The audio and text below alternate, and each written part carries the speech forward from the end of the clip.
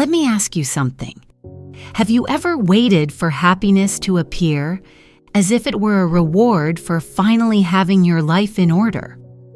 Many people think happiness comes after success, love, or peace, like something we must earn. But what if that's not true? What if happiness isn't something that arrives, but something we practice, something we build through small daily choices? In this episode, we'll explore the nature of happiness, why it's not a passive state, and how gentle, consistent effort can help it grow.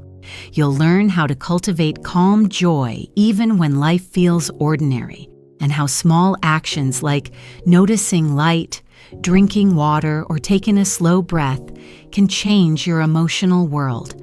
So stay with me until the end.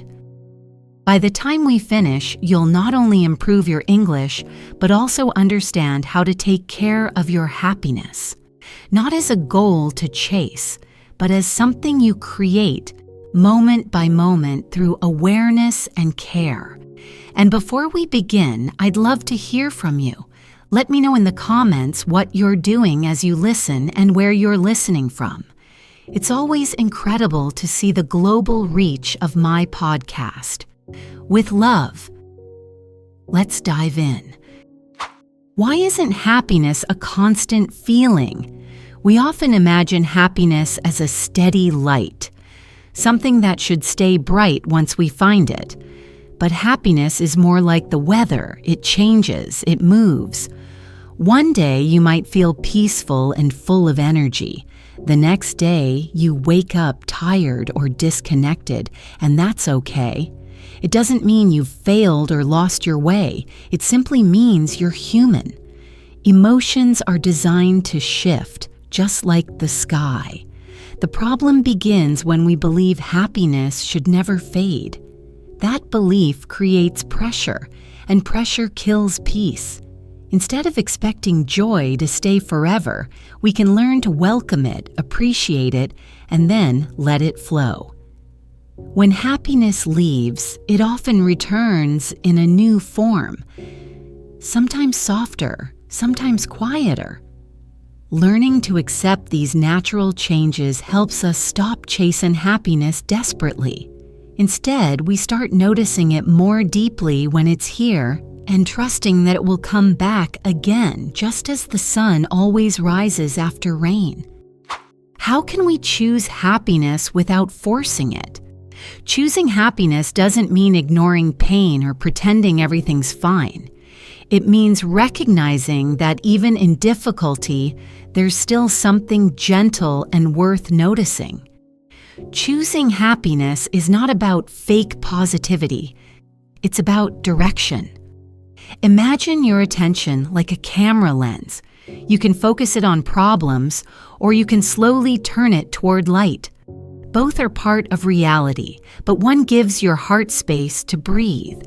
When you choose happiness, you decide to pay attention to what nourishes you. Warmth, connection, movement, beauty. It's not about denying sadness. It's about refusing to let sadness be the whole story.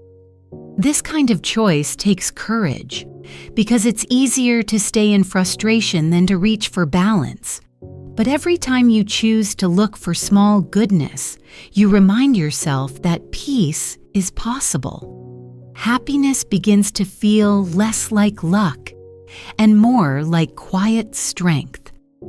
Why do small habits matter so much? When life feels heavy, the idea of being happy can feel too big. That's why the small things matter. Happiness grows from tiny, repeatable moments of care. Drinking enough water, taking a short walk, opening the window for light. These actions might seem simple, but they send a message to your body and mind. I matter. I am worth care. Every time you choose one small positive action, you build a little foundation of calm. These small things connect your physical world with your emotional one. A 2-minute stretch can release tension you didn't even know you carried. A few slow breaths can calm the storm inside your chest. Happiness isn't built from grand events. It's shaped by everyday gestures that whisper kindness. Over time, these moments create a rhythm, a gentle pulse of stability, reminding you that peace often begins with something as simple as a sip of water or a step into sunlight. Can happiness grow even on hard days? You might think happiness only belongs to good days, but the truth is it can grow even in the middle of difficulty. Happiness doesn't require perfection. It requires presence. When you feel low, doing one small kind thing for yourself is a quiet act of strength. Making your bed, sitting outside for 5 minutes, or taking a slow shower. These small actions don't erase pain, but they remind you that your well-being still matters. This kind of happiness isn't about pretending everything's fine. It's about saying, even now I will care for myself. Every time you show up in this way, you prove that joy is not something that happens to you. It's something that grows from you. And that is powerful, because even when life feels dark, your decision to protect your peace in small, consistent ways becomes a light you can always return to. What does it mean to practice happiness? Practicing happiness is like learning a new language. At first, it feels strange or forced. You have to remind yourself to notice good things.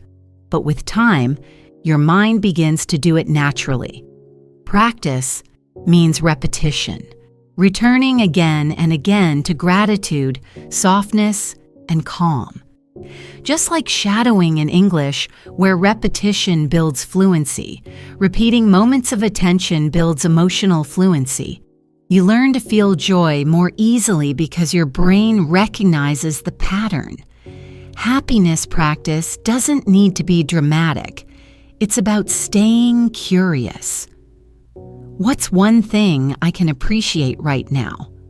The more you ask, the more your perspective changes. You begin to see that peace is not something distant. It's already within reach, hidden in ordinary things. The secret is to keep practicing, not perfectly, but consistently, until noticing beauty becomes a natural part of who you are. How does attention shape our emotions? Attention is like sunlight. Whatever you shine it on grows. If you focus on problems, they start to look bigger. But if you train your attention toward calm, gratitude, and kindness, those qualities expand. Your thoughts shape your feelings more than you realize. Every time you notice something good, the taste of tea, the comfort of clean sheets, the sound of laughter, you strengthen the emotional muscles that hold peace. This doesn't mean ignoring pain. It means not feeding it. When you guide your attention gently, you start to live more consciously instead of being pulled by every negative thought. And the best part is, attention can be trained. You can practice pausing, breathing, and noticing the moment. Over time, that awareness changes your mood, your relationships, and even your health. Happiness grows naturally when attention becomes gentle, open, and steady, just like light, feeding a quiet garden. Why is gentle effort better than pressure? Many people believe they must push themselves to be better. Stricter routines, stronger discipline, endless goals. But pressure often leads to burnout, not joy. Gentle effort is different. It's showing up with care instead of criticism. It's saying, I'll do my best today even if it's small. When you move gently, you give yourself space to grow. You don't punish yourself for missing a step. You simply begin again.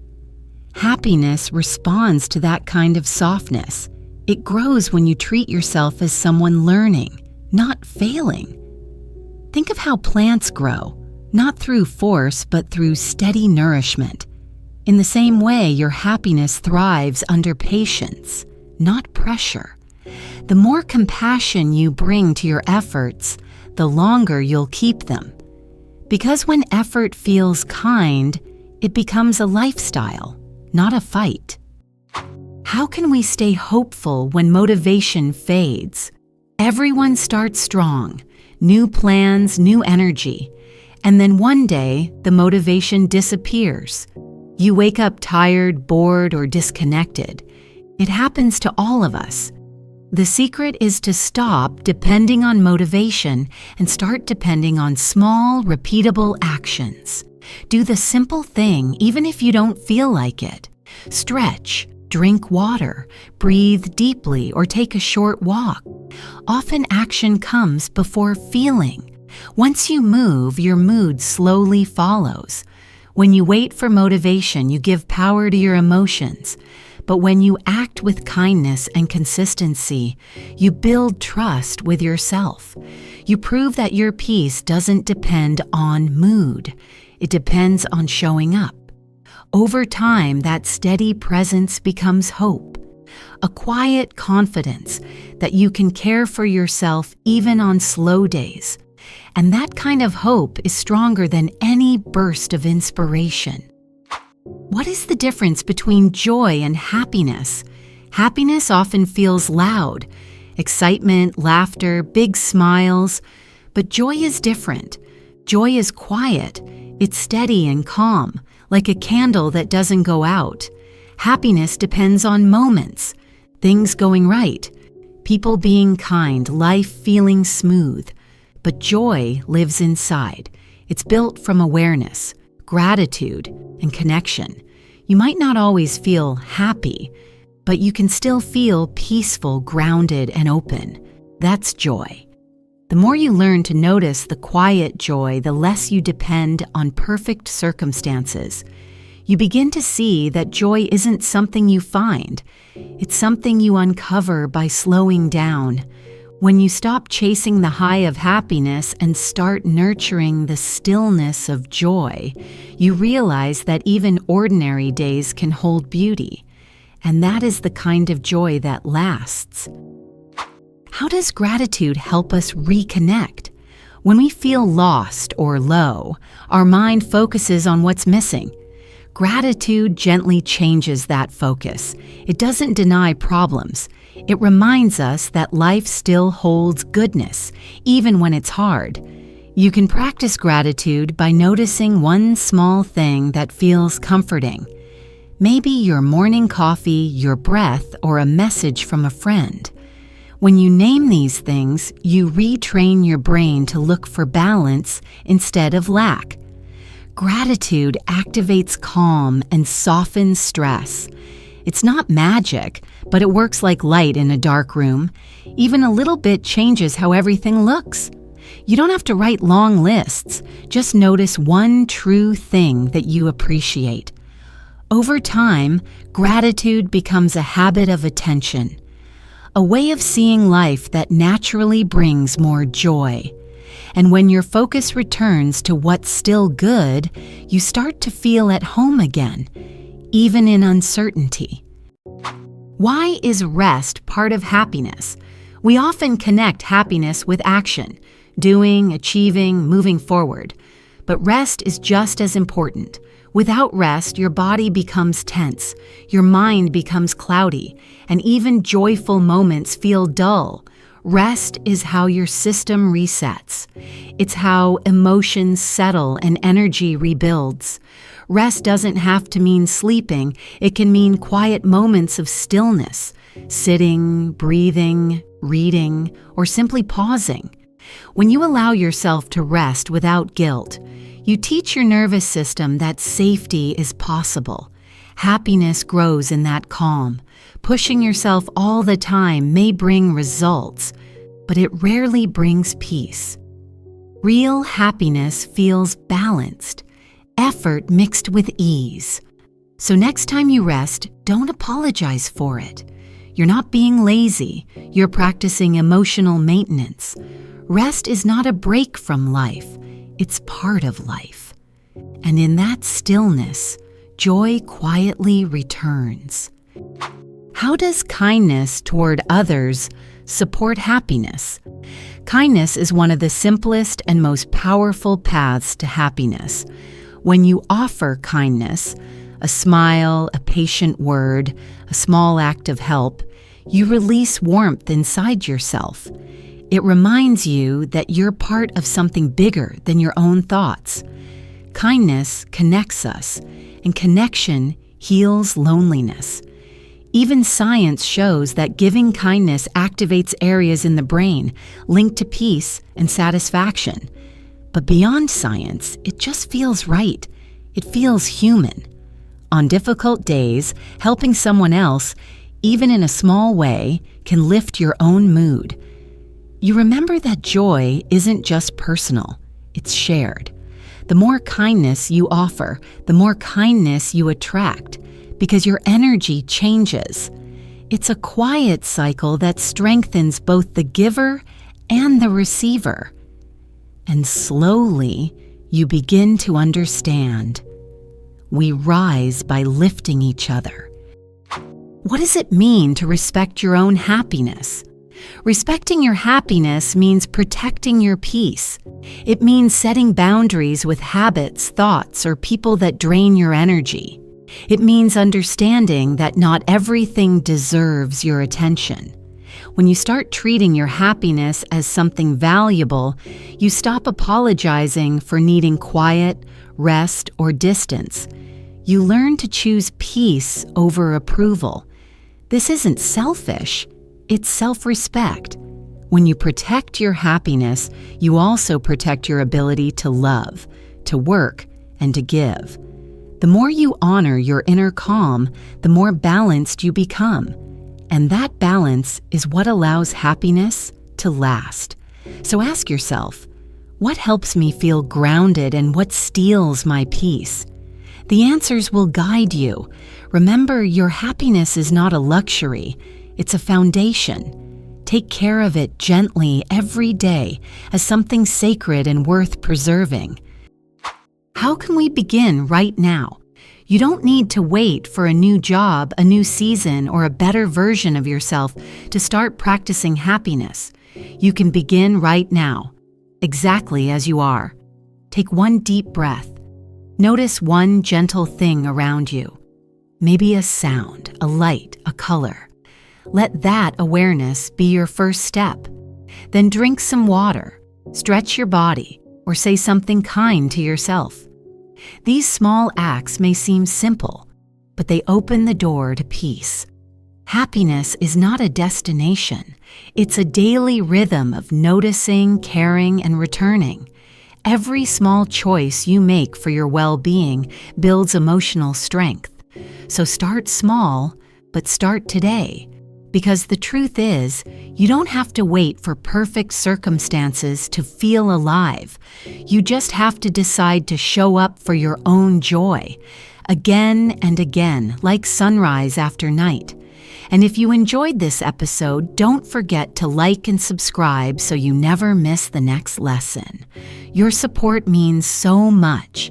It keeps this space alive and growing. With love. Thank you for being here, and I can't wait to continue this journey with you.